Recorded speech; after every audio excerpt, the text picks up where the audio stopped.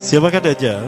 Dajjal ini lahir di Samirah dan dia diberi nama Samiri karena lahir di Samirah. Nah, kenapa disebut Samiri? Karena lahir di Samirah. Dia lahir 100 tahun sebelum Nabi Musa diutus. Dan Allah Subhanahu wa taala memberikan kelebihan kepadanya. Pertama, dia diberikan umur panjang. Ya, yang zara umru ila yamsah, ila akhir zaman. Ya, dia ditangguhkan ajalnya sampai akhir zaman. Yang kedua, dia memiliki kecerdasan di atas akal jenius rata-rata umat manusia. Jadi sejenius apapun umat manusia yang normal, dia 60 tahun di atasnya. Sehingga penemuan-penemuannya, kecanggihan berpikirnya, kedewasaannya jauh di atas manusia. Rata-rata manusia normal. Yang ketiga, dia memiliki kemampuan sihir yang luar biasa.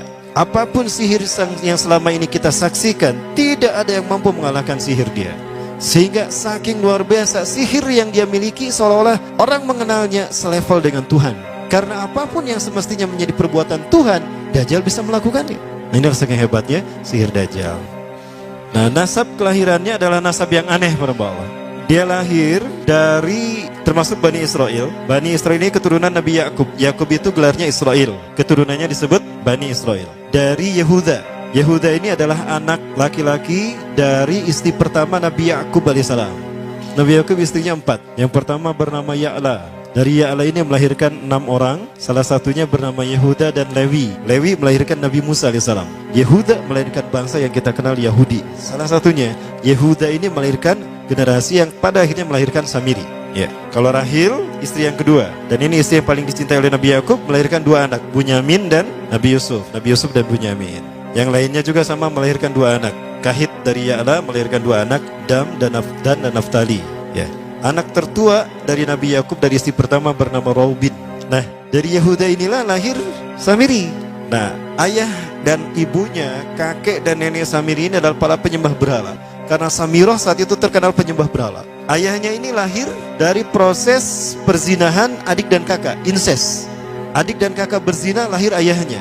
Adik dan kakak berzina, lahir ibunya. Jadi ayah dan ibunya ini lahir dari proses yang haram. Dan ketika ibunya menstruasi, disetubuhi sama ayahnya. Jadi itu peluangnya dari 2000 persetubuhan dalam keadaan menstruasi, 1 bisa jadi.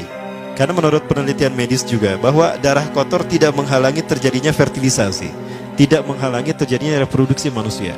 Jadi tetap pembuahan ovum oleh sperma bisa terjadi walaupun ada dalam medium darah kotor, menstruasi. Nah, ketika itulah hamil dan lahirlah Samiri.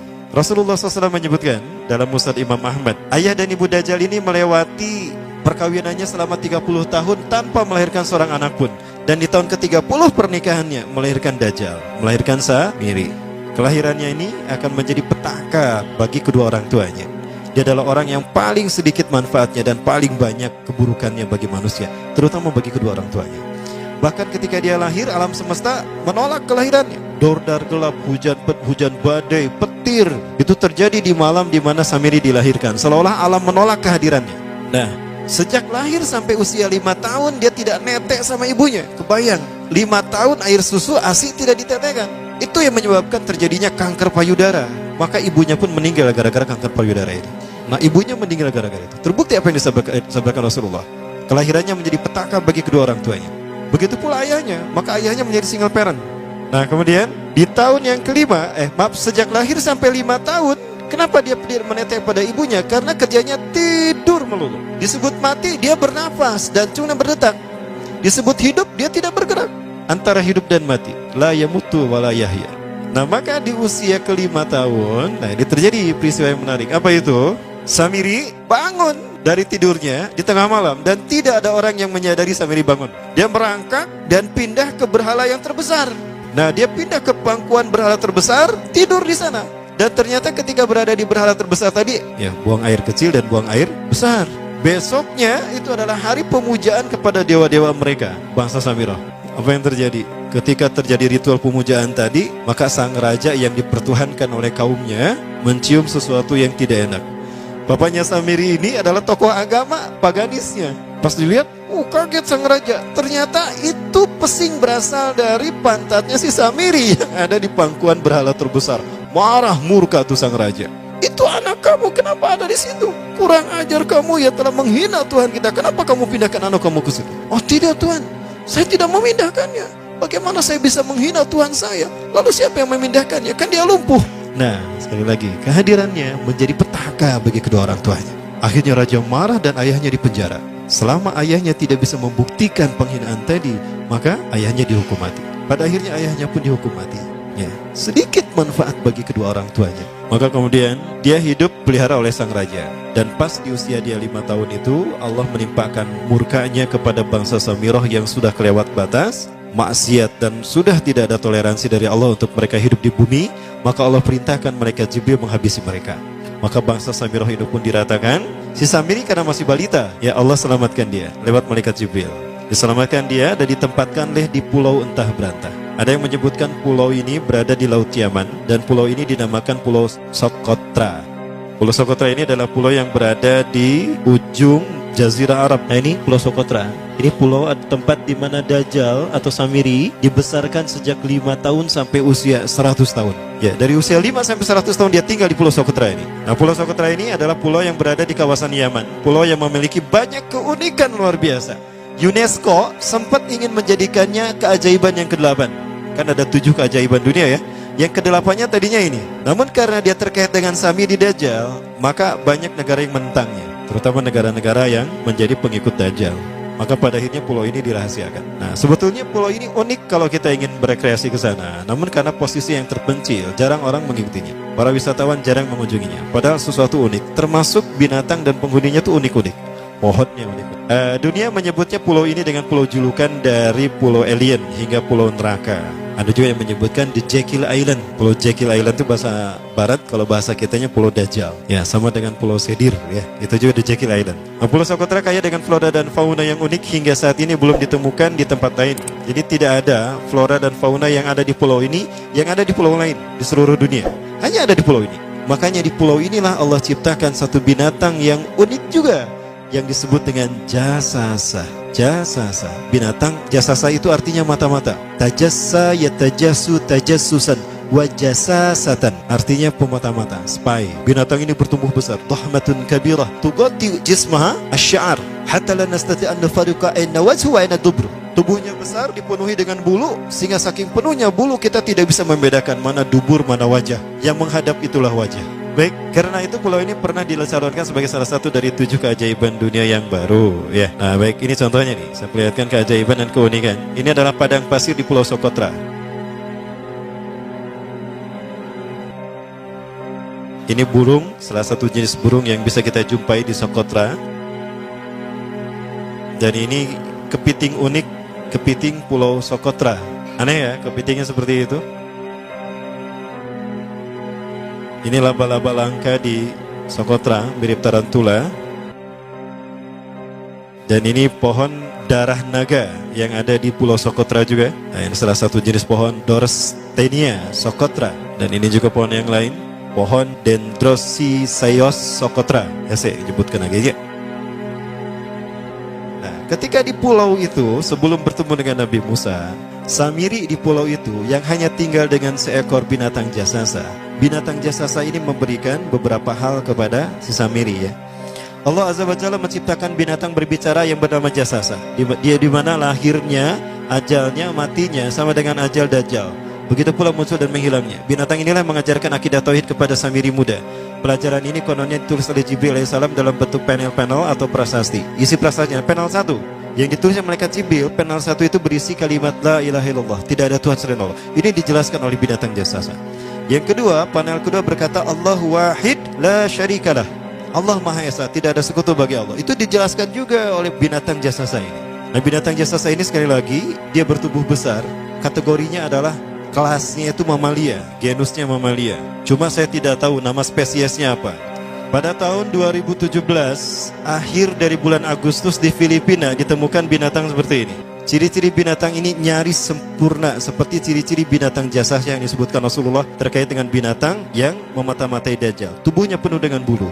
Ini disebutkan dalam surat An-Naml ayat ke-82. Ya, binatang ini seperti ini dan dia tidak pernah jauh dari laut karena dia selalu ingin membasahi tubuhnya dan dia pun makan dari makanan ikan laut. Maka dia tidak pernah jauh dari pantai. Seperti ini. Nah, binatang inilah yang mengajarkan prasasti mengajarkan akidah tauhid kepada Samiri muda. Yang ketiga, engkau diurus oleh Jibril, karena itu janganlah engkau mengkhianati janjimu dengan Allah. Hanya engkau saja di pulau ini. Panel yang kelima, makanlah dan nikmatilah makanan dan minuman yang menjadi rizki dari Allah sesuai kehendakmu. Tidurlah sesukamu, tapi sembahlah Allah dalam berbagai keadaanmu dengan tasbih keesaan Allah kepadanya, yaitu dengan melaksanakan solat yang diwajibkan kepadamu. Allah lah sang raja, Allah yang Maha Esa. Dia tidak berayah dan tidak pula mempunyai anak. Allah Tuhan Tuhan yang maha besar dan maha agung. Dialah yang maha raja. Ada 7 panel. Panel yang ke-7 bercerita tentang Nabi Muhammad. Panel yang ke-6 itu bercerita tentang nabi-nabi. Dan khusus panel yang ke-7 cerita tentang Nabi Muhammad. Jadi Dajjal sudah tahu, Samiri sudah tahu bahwa akan diutus Nabi Muhammad di akhir zaman. Dan itu Nabi yang terbaik. Makanya dia iri. Nah, selesai panel ini disampaikan, maka binatang sejasasa berkata, wahai Samiri, saksikanlah aku telah menunaikan, innani qad fa'altu ma umirtu min rabbi. Demi Allah, saksikan aku sudah menunaikan apa yang diperintahkan padaku, kata binatang jasasa. Maka sekarang adalah perintah terakhir, yaitu pertanyaan dariku untukmu. Hal tu'minu billah, apakah kau beriman pada Allah? Wa bima unzila ilaih, dan dari apa yang diturunkan kepada nabi-nabinya, kepada Jibril maksudnya. Famadal jawab ya Samiri, apa jawabanmu hai Samiri? Samiri tidak menjawabnya. Lama ditunggu-tunggu, Samiri tidak menjawabnya. Sehingga binatang ini pun pergi dengan menjerit, dengan jeritan yang membuat Samiri ini pekak telinganya. 2 kali lagi datang lagi kembali kepada Samiri dan berkata binatang jasasa, ya Samiri, famadal jawab, hal tu'minu billah, in tu'minu billah fatakunu mu'minan ajaba imanika ila yaumil qiyamah. Jika kau beriman kepada Allah, maka sungguh kau akan menjadi mukmin yang menakjubkan imannya. Inna ajalaka ukhirat ila akhir zaman. Sesungguhnya ajalmu ditangguhkan sampai akhir zaman. Jika kau beriman pada Allah, engkau akan menjadi mukmin yang menakjubkan. Fa in lam tu'min billah, tapi jika engkau tidak beriman kepada Allah, wa bima unzila ilaih, dan apapun yang diturunkan pada Jibril, innaka minal mal'unina ila yaumil qiyamah, dan kau terkutuk sampai hari kiamat nanti. Tidak juga dijawab. Pergi lagi binatang jasasa tadi sambil memekikkan suara yang pekikan yang keras. Yang ketiga kali yang terakhir dia bertanya kembali. Dan apa jawaban Samiri? Hei jasasa binatang buruk rupa, lihat di pulau ini tidak ada siapapun kecuali engkau dan aku. Dan yakinilah kalau panel ini bukan tentang Allah yang di langit sana, tapi yang disebut Allah itu saya. Hei jasasa, akulah Allah itu. Oh, dia menjerit dengan jeritan yang makin keras.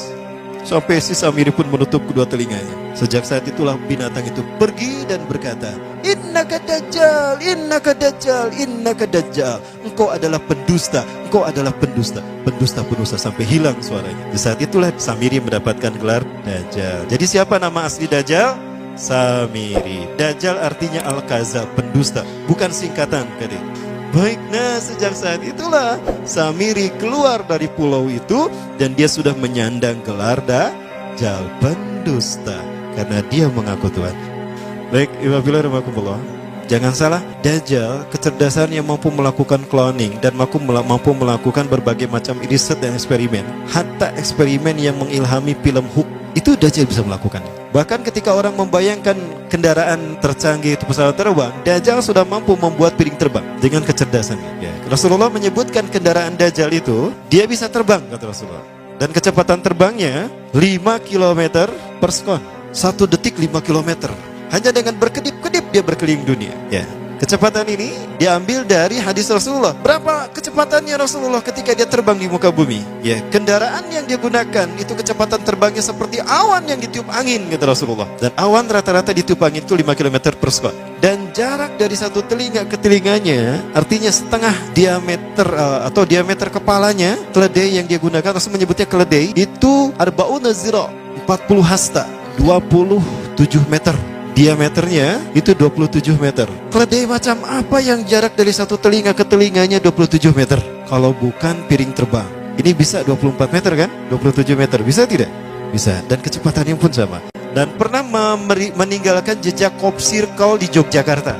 Nah, Cop Circle itu adalah jejak UFO yang menjadi isyarat instruksi bagi para pelaku konspirasi dunia. Siapa?